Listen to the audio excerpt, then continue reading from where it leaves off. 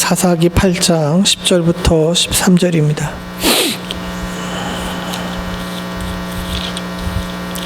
사사기 8장 10절부터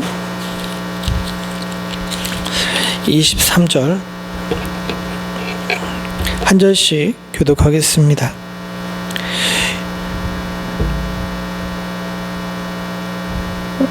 이때 세바와 살문나가 갈골에 있는데 동방 사람이 모든 군대 중에 칼든 자 22만 명이 죽었고 그 남은 15,000명 가량은 그들을 따라와서 거기에 있더라. 안심하고 있는 중에 기드온은 노바와 욕과 동쪽 장막에 거주하는 자에 올라가서 그 적진을 치니 세바와 살문나가 도망하는지라 기드온이 그들 뒤를 추적하여 미디안 두왕 세바와 살문나를 사로잡고 그 온 진영을 격파하니라. 요아스 아들 기드온이 헤레스와 비탈의 공장에서 숫곳 사람 중 한 소년을 잡아 그를 신문하매 그가 숫곳 방백들과 장로들 77명을 그에게 적어준지라. 기드온이 숫곳 사람에게 이르되 말하는 내가 전에 나를 희롱하여 이르기를 세바와 살문나의 손이 지금 내 손 안에 있는 거냐, 어찌 우리가 내 피곤한 사람들에게 못 주겠느냐 한 그 세바와 살문나를 보라 하고 그 성읍의 장로들을 붙잡아 들가시와 찔레로 숫곳 사람을 징벌하고 분대일 망대를 헐며 그 성읍 사람들을 죽이니라. 이에 그가 세바와 살문나에게 말하되 너희가 다볼에서 죽인 자들은 어떠한 사람들이더냐 하니 대답하되 그들이 너와 같아서 하나같이 왕자들의 모습과 같더라 하니라. 그러되 그들은 내 형제며 내 아우의 아들이라. 여호와께서 살아계심을 두고 맹세하노니 너희가 만일 그들을 살렸으면 나도 너희를 죽이지 아니하리라 하고 그의 맏아들 여델에게 이르되 일어나 그들을 죽이라 하였으나 그 소년이 그의 칼을 빼지 못하였으니 이는 아직 어려서 두려워함이었더라. 세바와 살문나가 이르되 내가 일어나 소리를 치라. 사람이 어떠하면 그의 힘도 그러하니라. 기드온이 일어나 세바와 살문나를 죽이고 그들의 낙타목에 있던 초승달 장식을 떼어서 가지니라. 그때 이스라엘 사람들이 기드온에게 이르되 당신이 우리를 미디안 손에서 구원하셨으니 당신과 당신의 아들과 당신의 손자가 우리를 다스리소서 하는지라. 기드온이 그들에게 이르되 내가 너희를 다스리지 아니하겠고 나의 아들도 너희를 다스리지 아니하실 것이요 여호와께서 너희를 다스리리라 하시니라. 아멘. 오늘 제목을 우리를 다스리소서라고 이렇게 잡았지만 사실은 원래 가지고 있는 제목은 지난주에 우리가 나눴던 제목인 잘 될 때 조심해야 될 것의 두 번째 이야기라고 할 수 있습니다. 그런데 조금 다른 것은 1절서부터 9절까지 나와 있는 말씀을 가지고 잘 될 때 조심해야 될 것은 주의사항이에요. 이런 것들을 주의해야 된다는 것에 대해서 나왔다면 오늘 우리가 봐야 될 10절부터 23절에서 얘기하는 것은 잘 될 때 꼭 해야 되는 겁니다. 이제 잘 될 때 특징이 있는데 잘 될 때 보게 되게 되면 우리가 이렇게 업셋이 되기 때문에 해야 될 걸 자꾸 놓치는 경우가 있습니다. 그렇게 되게 되면 잘 돼도 잘 되는 것이 아니게 되는 경우가 많이 있죠. 이런 일들이 성경에 참 많이 나옵니다. 제가 누차 말씀드리지만 사실 사사기의 주인공이 기드온이에요. 기드온에 관한 이야기가 중심을 차지하고 있고 또 그 기드온이 가장 많은 분량을 얘기하고 있는데 사사기의 핵심 질문이 뭐냐 하게 되면 왕이 누구냐라는 겁니다. 왕이 누구냐? 사사기에서 얘기하고 있는 핵심은 너희들이 지금 이 땅에 살고 있는데 이 땅에서 너희 왕은 누구냐라고 물어보는 거죠. 너희 왕이 누굽니까? 하나님이신 거예요. 그리고 그 하나님께서 당신의 백성인 이스라엘 사람, 우리 지금으로 얘기하기에도 우리를 어떻게 만들어 가시느냐에 대해서 쭉 이야기를 하면서 성공된 모델로 이야기를 하는 것이 이제 기드온이라고 이야기를 할 수 있습니다. 기드온은 6장서부터 시작해가지고 기드온의 아들인 아비멜렉까지 9장까지 쭉 나오는 내용 속에서 기드온이 약하고 연약한 존재에서 차츰차츰 하나님의 사람으로 바뀌어가는 것, 그리고 믿음의 사람으로 바뀌어가는 것, 그리고 그 믿음의 사람이 끝까지 어떻게 신앙생활을 하고 어떻게 왕 대신 하나님을 섬겨야 되는지에 대해서 이야기를 한 것이라고 볼 수가 있는데, 이 8장에서 나오는 이 기드온의 마지막 이야기들은 기드온이 이제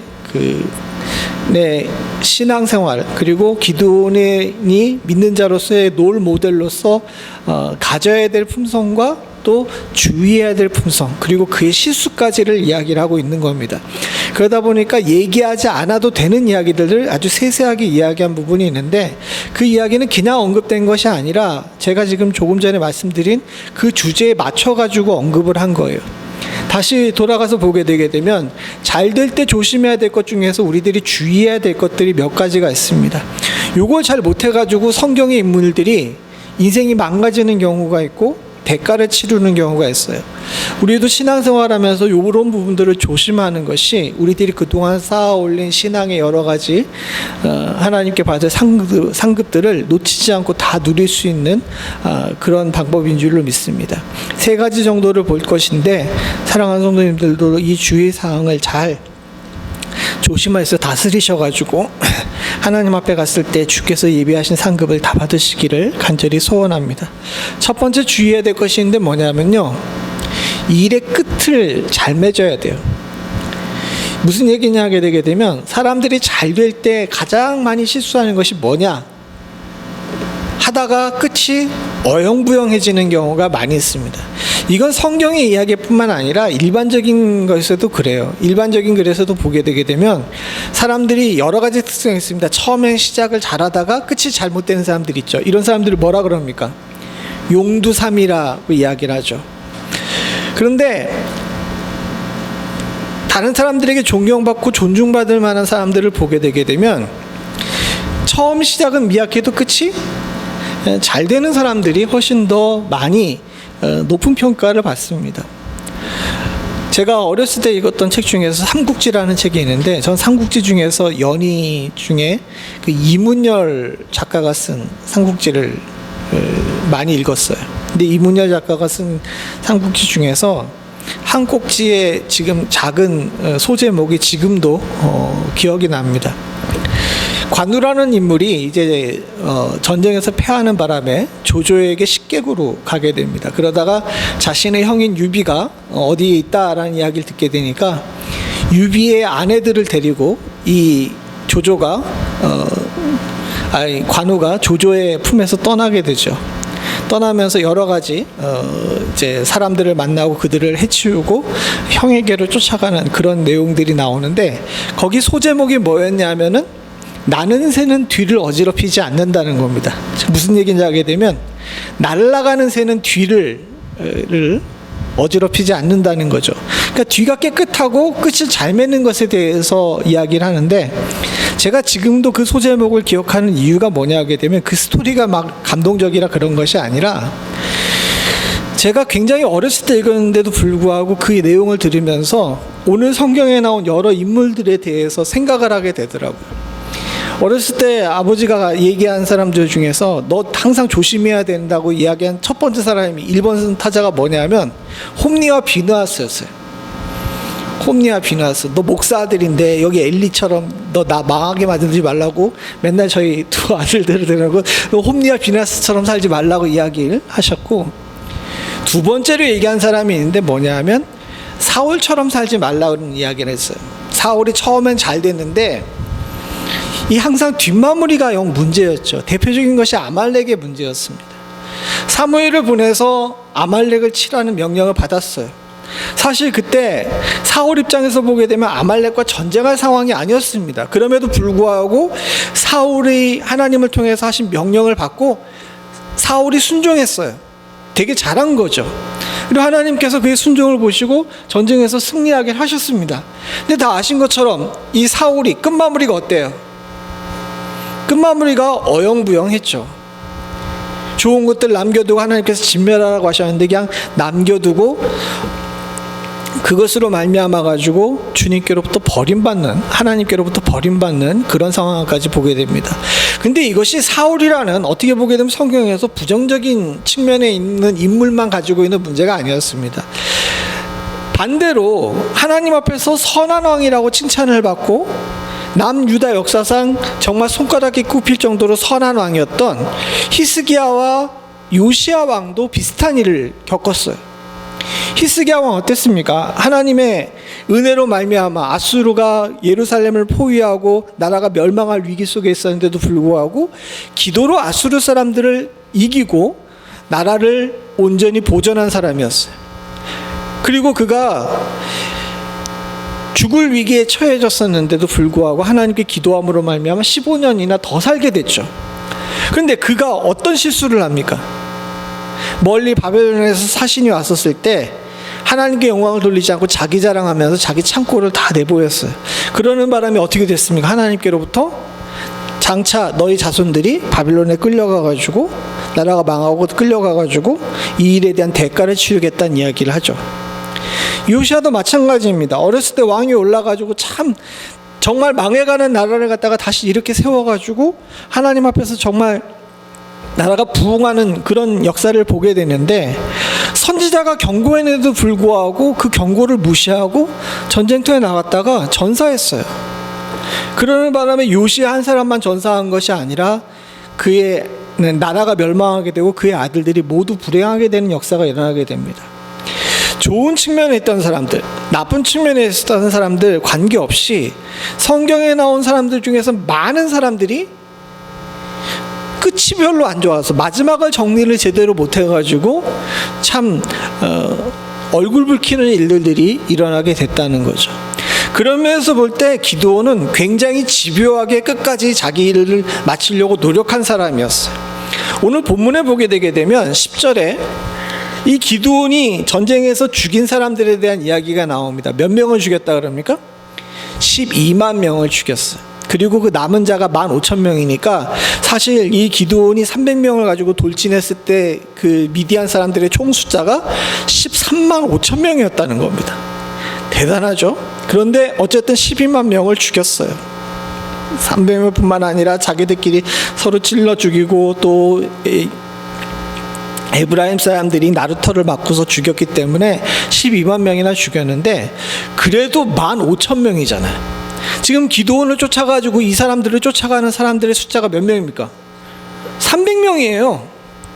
300명이 감당하기에는 13만 5천 명이나 15,000명이나 부담스러운 건 매마찬가지일 거 아닙니까? 그런데도 불구하고 기드온은 끝까지 쫓아갑니다. 그냥 쫓아가는 것이 아니라 기드온이 얼마나 쫓아갔냐 하게 되면 적군이 안심하고 있는 중이라고 이야기를 했는데 이 안심할 만도 합니다. 왜냐하면 지도를 보시면 알겠지만은 전쟁은 여기서 했어요. 요단 나루터까지 넘어가고 지금 어디에 그 미디안 사람들이 진쳤냐면 갑골이라는 곳이에요. 갈골. 우리 성경에는 갈골이라고 되어 있는데 전의 성경은 갑골이라고 되어 있는데 갈골이라는 곳입니다. 이 갈골이라는 곳이 10절에 보게 되면은 세바와 살문나가 갈골에 있는데 라고 이야기를 하잖아요. 이 갈골이라는 곳이 바로 이 지도에 나와 있는 여기예요. 굉장히 멀리까지 도망을 간 겁니다. 이 지도가 좀 작아서 그렇지, 그러니까 요단강, 여기서부터 요단까지 온 길이보다 더 간 거죠. 그리고 여기는 사실 조금 더 지금 지도 속에 잘 안 나와서 그런데 더 자연환경이 안 좋아요. 무슨 얘기냐 하게 되면 이쪽 동네는 물도 있고 이렇게 저지대이기 때문에 이렇게 땅이 좋지만 저 동네 같은 경우는 이제 사막에 가까운 지역이라 합니다. 그래서 뭐라고 이야기를 하냐면 성경에 오늘 보게 되게 되면 11절에 여기 노바와 욕부와 동쪽 장막에 거주하는 자의 길로 올라가서 라고 나오잖아요. 이 장막에 거주하는 자의 길이라는 것이 무슨 뜻이냐 하게 되면 고고학적으로 보면 카라반 로드라 그래가지고 원래 저 지역을 다니는 고속도로 하나를 왕의 대로를 제외하고 목동들이 다니는 좁은 길을 이야기를 하는 겁니다. 그러니까 이 미디안 사람들이 안심할 만한 만큼 정말 멀리까지 도망을 간 겁니다. 근데 기드온은 끝까지 포기하지 않고 저기까지 쫓아가가지고 300명을 데리고 이 15,000명을 향해서 돌진하는 거예요. 왜? 이 기드온의 성격이 그래서 그런 건지 잘 모르지만 제가 볼 때에는 기드온이 자신에게 부여받은 이 사명, 이것에 대한 열정이 있었기 때문이에요. 사실 우리들에게 지금 필요한 것이 그겁니다. 오늘날 교회와 성도들이 가장 잘 못하는 것이 뭐냐면 처음 시작은 잘하는데 끝마무리를 잘 못해요. 정리를 잘 못합니다. 신앙생활에서도 마찬가지. 교회 일만 이야기하는 것이 아니라 자신의 신앙생활에서도 마찬가지입니다.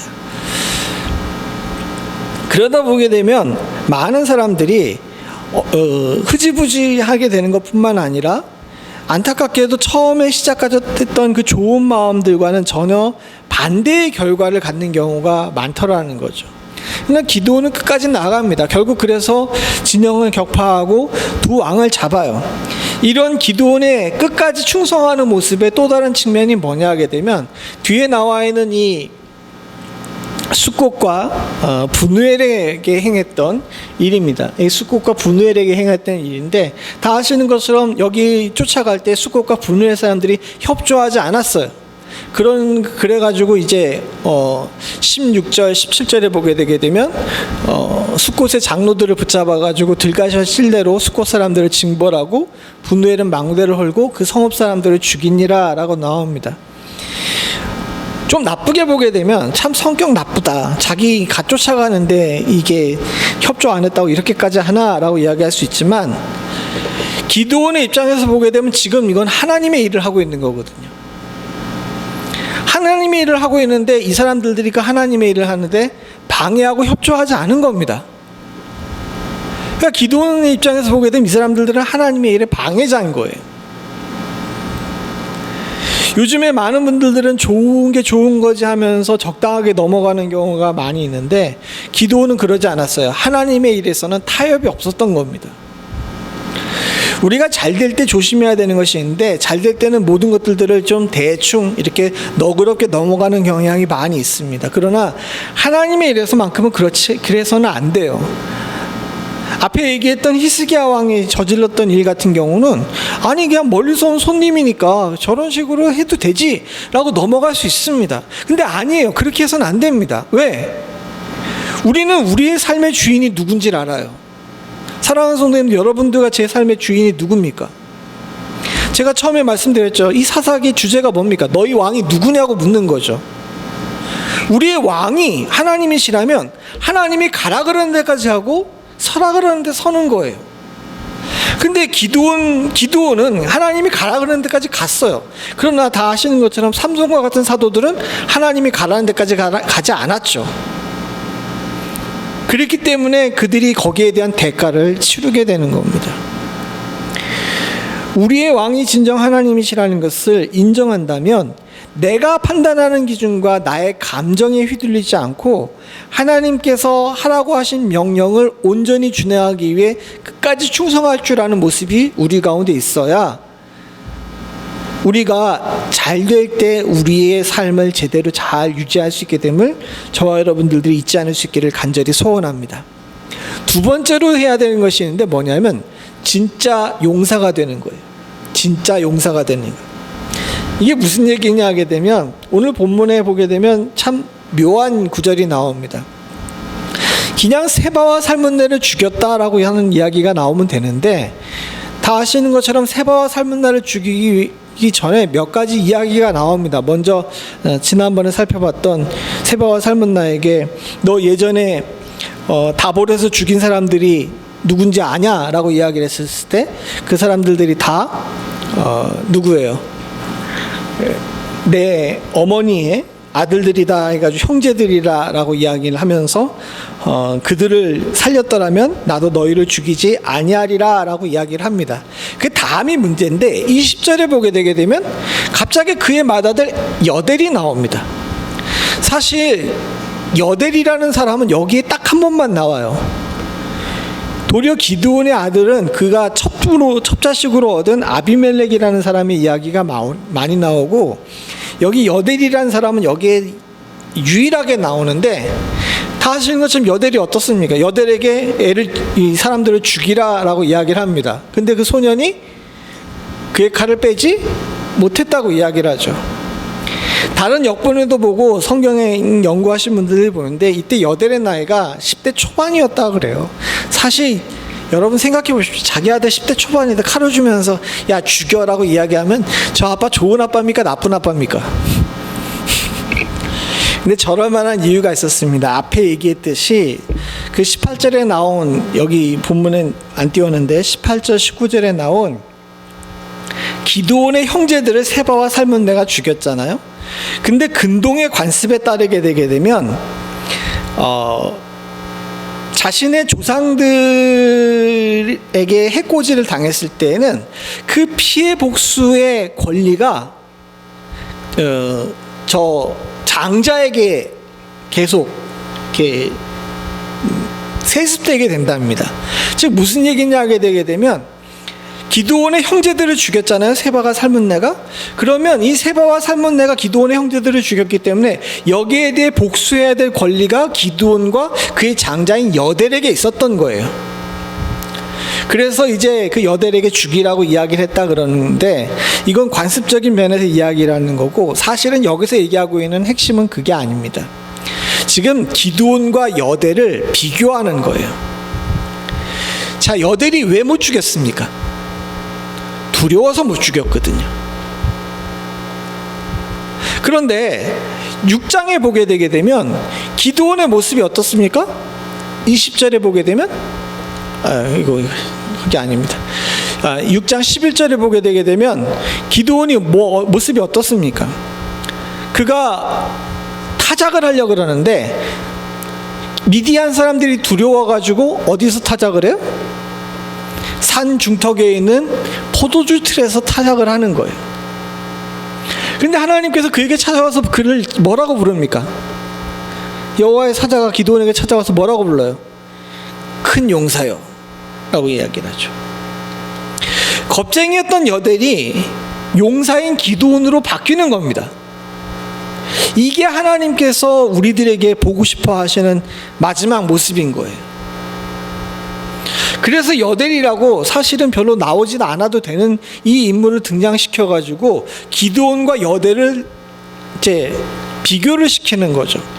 그래서 20절에 보게 되게 되면 21절에 세바와 살문나가 이르되 내가 일어나 우리를 치라 사람이 어떠하면 그의 힘도 그러하리라 라고 하니, 무슨 얘기인지 모르겠죠. 그래서 내가 이 무슨 얘기인지 모르겠어가지고 다른 성경들을 봤는데 표준세 번역이 가장 우리들에게 적절하게 이해되게끔 번역을 해놨더라고요. 산의 대장부답게 내가 직접 우리를 쳐라 라고 이야기를 한 겁니다. 이 이야기가 얘기하고 있는 것도 그와 일맥상통해요. 여기서 산의 대장부답게 라고 이야기를 했는데 사실은 저게 다르게 얘기하게 되면 용사예요. 용사. 그리고 주님께서 주의 사자가 처음 기드온을 불렀을 때 기드온에게 부여했던 이름도 용사잖아요. 하나님도 대적도 우리들에게 용사가 되기를 원하는 겁니다. 사실은 이 여델이라는 사람이 참 안타까운 것이 뭐냐면, 물론 그가 어린 나이 맞아요. 어린 나이가 맞지만 다 이긴 전쟁이잖아. 다 이긴 전쟁이고 거기서 칼 2번만 휘두르게 되면 이 전쟁의 끝마침을 그가 하게 되고 용사로서의 이름도 아버지와 함께 그가 누릴 수 있게 됩니다. 그런데 안타까운 점은 뭐냐 하게 되면 많은 성도들이 마지막에 가가지고 기드온처럼 마지막 칼을 휘두르는 걸 잘 못해요. 되려 여델처럼 하죠. 왜? 생각보다 다 이긴 전쟁에도 두려움에 휩싸여 있는 사람들이 많이 있습니다. 사도 바울이 그의 영적 아들인 디모데에게 계속해서 강조하고 있는 것이 뭐냐 하게 되면, 이미 이긴 전쟁에 너는 이긴 편에 섰으니까 끝까지 그 이긴 전쟁에서 하나님의 편에서 벗어나지 말 것을 강조하고 있잖아요. 그러면서 그가 얘기하는 것이 뭐냐 하면 끝까지 충성하라, 겁먹지 말아라, 너에게 맡겨진 사명에 충성하라 라고 이야기를 하는 것이 바로 그런 것입니다. 주의 교회에 사랑하는 성도들에게도 마찬가지고 저에게도 마찬가지인데, 우리는 끝까지 이런 용사가 되는 일에 힘써야 될 줄로 믿습니다. 담대하고 힘있게 나아가서 마지막까지 주의 일을 감당하는 일을 지속적으로 해야 될 줄로 압니다.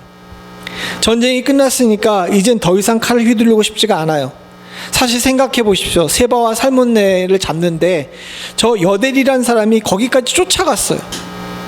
쫓아가는 동안 여델이 전쟁에 동참하지 않았을까요? 생각해 보십시오. 300명밖에 안 되는 사람이 15,000명 돌진했어요. 그럼 여델이 거기에 같이 뛰어들었을까요? 안 뛰어들었을까요? 뛰어들었을 거란 겁니다. 그런데도 불구하고 마지막에 이 둘을 죽이는 일을 두려워하는 거예요. 사랑하는 성도님들, 우리들은 주님 앞에서 끝까지 용사여야 합니다. 마지막에 두려움에 휩싸여 가지고 주저하거나 칼을 휘두르는 걸 멈추는 그런 연약한 자들이 되지 말아야 될 줄로 믿습니다. 참 안타까운 이야기지만 여델은 여기서 이름 한번 나오고 끝이에요.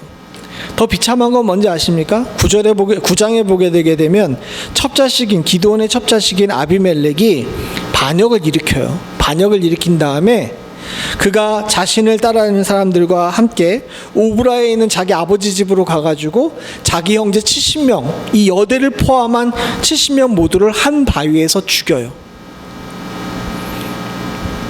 그때는 여델의 이름도 안 나옵니다. 그냥 살아남은 막내 아들 요담의 이름만 남지 이 70명이 한 바위에서 죽는 거예요. 여델이 만약에 저기서 세바와 살문나를 죽였다면 과연 이런 일이 벌어졌을까요? 뭐 가정이긴 하지만 우리가 그럼 좀 생각해 봐야 될 일인 것 같습니다. 하나님께서 우리들에게 바라는 것이 그거예요. 끝까지 용사가 되는 거예요. 기드온도 겁쟁이였지만 하나님께서 큰 용사라고 부르셨고 그 큰 용사라고 부르신 그 이름에 맞게 살려고 노력을 하니까 그가 그의 대적에게도 넌 산의 대장부야 라는 소리를 들었던 것처럼 우리도 그런 자세와 모습이 있어야 될 줄로 믿습니다. 사랑하는 성도님들, 여러분들 모두가 다 진짜 용사 되시기를 간절히 소원합니다. 마지막으로 우리들이 주의해야 될 것이 있는데 뭐냐면 자기 자리를 알아야 돼요. 이게 항상 잘 될 때 가장 큰 문제가 일어나는 게 뭐냐 하게 되면 자기 자리를 모르는 겁니다. 주님께서도 그런 얘기를 하셨죠. 잔치자리에 가서 상석에 앉는 것을 앉지 말라. 말석에 가서 앉아라. 주인이 와가지고 너 왜 거기 앉았니? 앞으로 와라 라고 이야기할 때까지 거기 앉아있으라 라고 이야기를 합니다. 세상을 사는 지혜이기도 하지만 주님께서 이 말씀을 하신 이유가 있습니다. 대부분의 사람들이 자신이 잘 될 때 가장 못하는 것이 뭐냐면 자기 자리를 잘못 찾는 거예요. 예? 우리 권사님이 제가 하고 싶은 이야기를 하셨는데 권사님 표현이 맞습니다. 주제를 잘 파악을 못해요. 항상 조심해야 될 것이 있는데 제가 존경하는 목사님 중에 한 분이 그런 얘기를 하시더라고요. 목회하면서 보게 되면 성도들한테 항상 주의시켜야 될 것이 있다라는 겁니다. 그게 뭡니까? 라고 이야기했더니 시험에 들어있는 성도들은 하나님 앞에 실수하지 않는데요. 난 지금 이해가 안 가잖아요. 시험에 들어있는 사람들이 하나님 앞에 실수하지 않는다. 또 삶에 문제가 있는 사람들은 하나님 앞에 실수하지 않는다는 겁니다. 하나님 앞에 실수하는 사람들은 주로 어떤 사람들인지 아냐는 겁니다. 여러분, 하나님 앞에 실수하는 사람들은 어떤 사람들일까요? 기도에 응답받은 사람들, 그리고 교회 안에서 뭐라 그래야 될까요? 그분은 직분이 올라간 사람들이라고 이야기를 했는데 제가 볼 때에는 좀 삶이 형통한 사람들, 이런 사람들이 하나님께 실수를 더 많이 하더라는 겁니다. 그러니까 너희들은 후에 목회를 할 때 항상 성도들에게 이것을 경계를 세워서 경고하라라고 이야기를 했는데 전 잘 못하는 것 같아요. 근데 여러분, 오늘 제가 여러분들한테 한번 말씀을 드리고 싶습니다. 참 안타깝게도 목회하는 동안에 많은 분들을 봤는데 그 선배 목사님, 그 교수님이 하셨던 이야기가 딱 맞아요. 어려운 일 당하고 시험 든 성도들은요 하나님 앞에 실수 안 하더라고요. 진짜 실수하는 사람들을 보니까 기도에 응답받은 지 얼마 안 된 사람들, 또 소위 말해서 안수집사에서 장로 되신 분들, 집사에서 권사 되신 분들이 그런 실수를 많이 하더라고요. 목회자도 마찬가지예요. 힘들고 어려운 가운데 정말 하나님 앞에서 무릎으로 목회하는 목사님들은 하나님 앞에 실수 안 해요. 근데 주로 실수하시는 목사님들이 어떤 목사님들인지 아십니까? 작은 교회에서 큰 교회 간 목사님들, 또 교회가 갑자기 부흥하는 목사님들이 실수하더라고요. 저 삶을 비춰봐도 마찬가지입니다. 근데 이 실수 중에 가장 큰 실수가 뭐냐 하게 되면 자기 자리를 잘 못 찾는 거예요. 근데 기드온은 이걸 잘했어요. 자기 자리가 어딘지를 잘 알았습니다. 그래서 기드온은 항상 자신을 낮춥니다. 주님께서 불렀을 때도 나는 우리 집은 가장 연약하고 약한 부분이라고 이야기하고, 에브라임 사람들이 와가지고 기드온에게 그냥 딴지를 걸었을 때도, 애매하게 딴지를 걸었을 때도 우리는 약하고 너희는 잘 됐을 거고 하나님께서 너희들에게 더 큰 거를 맡겨주셨으니까 니들이 나보다 훨씬 커라고 이야기를 하면서 겸손한 자세를 끝까지 유지를 해요. 그러다 보니까 마지막에 이 나와 있는 이 이스라엘 백성들이 기드온에게 던진 이 이야기도 기드온이 자기를 잘 넘어갑니다. 어떻게 얘기를 하냐 하게 되면 22절에 보게 되면 이스라엘 사람들이 기드온에게 이르되 당신이 우리들을 미디안의 손에서 구원하셨으니 당신과 당신의 아들과 당신의 손자가 우리들을 뭐 하라고요? 다스리소서라고 이야기를 하는데, 원문에 보게 되면 왕이 되소서라고 이야기를 합니다. 왕이 되달라고 이야기를 한 거예요. 이스라엘 사람들 볼 때는 매력적이죠. 기드온은 겸손한 사람이었습니다. 아까 얘기한 것처럼 자기를 낮출 줄 아는 사람이었어요. 또 리더십도 있습니다. 300명을 데리고 13만 5천 명을 향해서 나아가서 전쟁에서 승리하는 용사기도 했어요. 그리고 일을 처리하는 거 보니까 어디 하나 막힘없이 깔끔하게 일을 다 처리한단 말입니다. 이스라엘 사람들 입장에서 볼 때는 기드온이 참 잘나고 왕으로서의 자질을 모두 다 갖춘 것으로 보입니다. 그래서 기드온에게 너만 왕이 되는 것이 아니라 세습으로 왕 위에 오를 것을 이야기를 합니다. 어떻게 보게 되면 다른 사람들에게 인정을 받았으니까 참 좋죠. 기드온 입장에서 보게 되면 지금 굉장히 인생의 전성기를 달리고 있는 때입니다. 생각해 보십시오. 300명을 가지고 그의 수백 배 되는 사람들을 몰아내고 민족을 구원했어요. 모든 사람들이 나와가지고 당신은 왕이 되어야 합니다 라고 이야기를 합니다. 이럴 때 보통 일반적인 사람들은 어떻게 됩니까? 응? 흐물흐물해져요. 흐물흐물해지면서 자기가 앉아야 될 자리가 어딘지를 놓쳐버리게 되는 경우가 많이 있습니다. 그런데 기드온이 뭐라고 얘기합니까? 23절 같이 보죠. 시작. 기드온이 그들에게 이르되 내가 너희를 다스리지 아니하겠고 나의 아들들도 너희를 다스리지 아니할 것이요 여호와께서 너희를 다스리시리라 하니라. 사실 여기 나와 있는 이 8장 22절이 23절이 이 사사기 전체의 핵심이에요.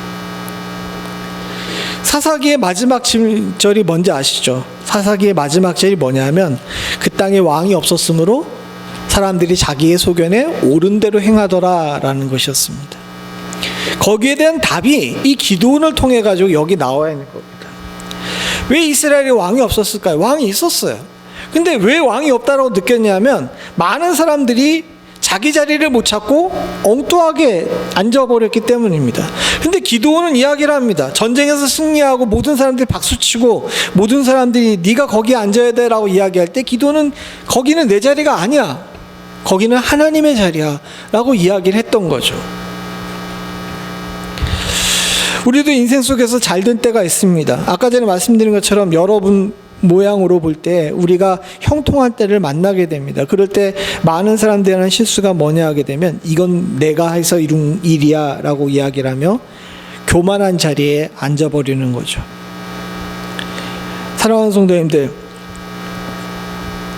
저도 그렇고 여러분들도 그렇고 가장 내가 잘 될 때 여호와께서 나를 다스릴 것이다 라고 이야기하고 고백할 수 있는 사람이 될 수 있기를 소원합니다. 이게 인생의 형통이자 성공의 최대 조건인 줄로 믿습니다. 잘 될 때 더 잘 되기를 원한다면 우리는 이 자세를 놓치지 말아야 될 줄로 믿습니다. 혹시나 여러분들이 지금 잘 되고 계십니까? 그렇다면 오늘 우리들이 이야기한 이 세 가지를 여러분들 놓치지 않으실 수 있기를 간절히 소원합니다. 여러분들의 잘됨은 여러분들을 용사로 만드시기 위해서 하나님께서 주신 축복인 줄로 믿어요. 끝까지 주의 검으로 사실 수 있기를 소원합니다. 또한 더불어 사랑하는 성도님들, 저와 여러분들은 지금을 위해 사는 사람이 아니라 장차를 위해 사는 사람입니다. 끝까지 충성할 줄 아는 자, 끝까지 정리가 잘 되어 있는 사람이 될 수 있기를 소원합니다. 무엇보다도 사랑하는 성도님들, 저와 여러분들은 하나님의 자리를 도적질하는 사람이 되지 않아야 될 줄로 믿습니다. 저와 여러분들이 누리고 있는 모든 것들은 주께로부터 왔고 주님께로부터 받아서 우리가 쓰는 것인 줄로 압니다.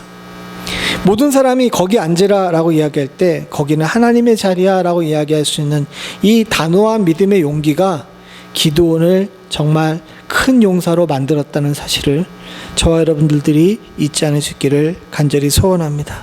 같이 기도하시겠습니다. 하나님 아버지, 살면서 우리들이 많은 부분에서 하나님의 은혜 얻고 주님의 인도하심 가운데 복된 자리에 섰음을 주께 고백합니다. 그리고 지금도 그 복을 누리고 있고 장차도 주님께서 그런 복들을 우리에게 주실 줄로 믿습니다.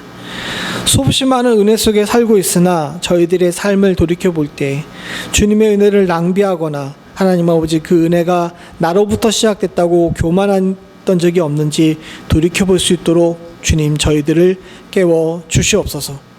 항상 주님께서 저희들의 삶의 주인 되심을 인정할 수 있기를 간절히 소원합니다.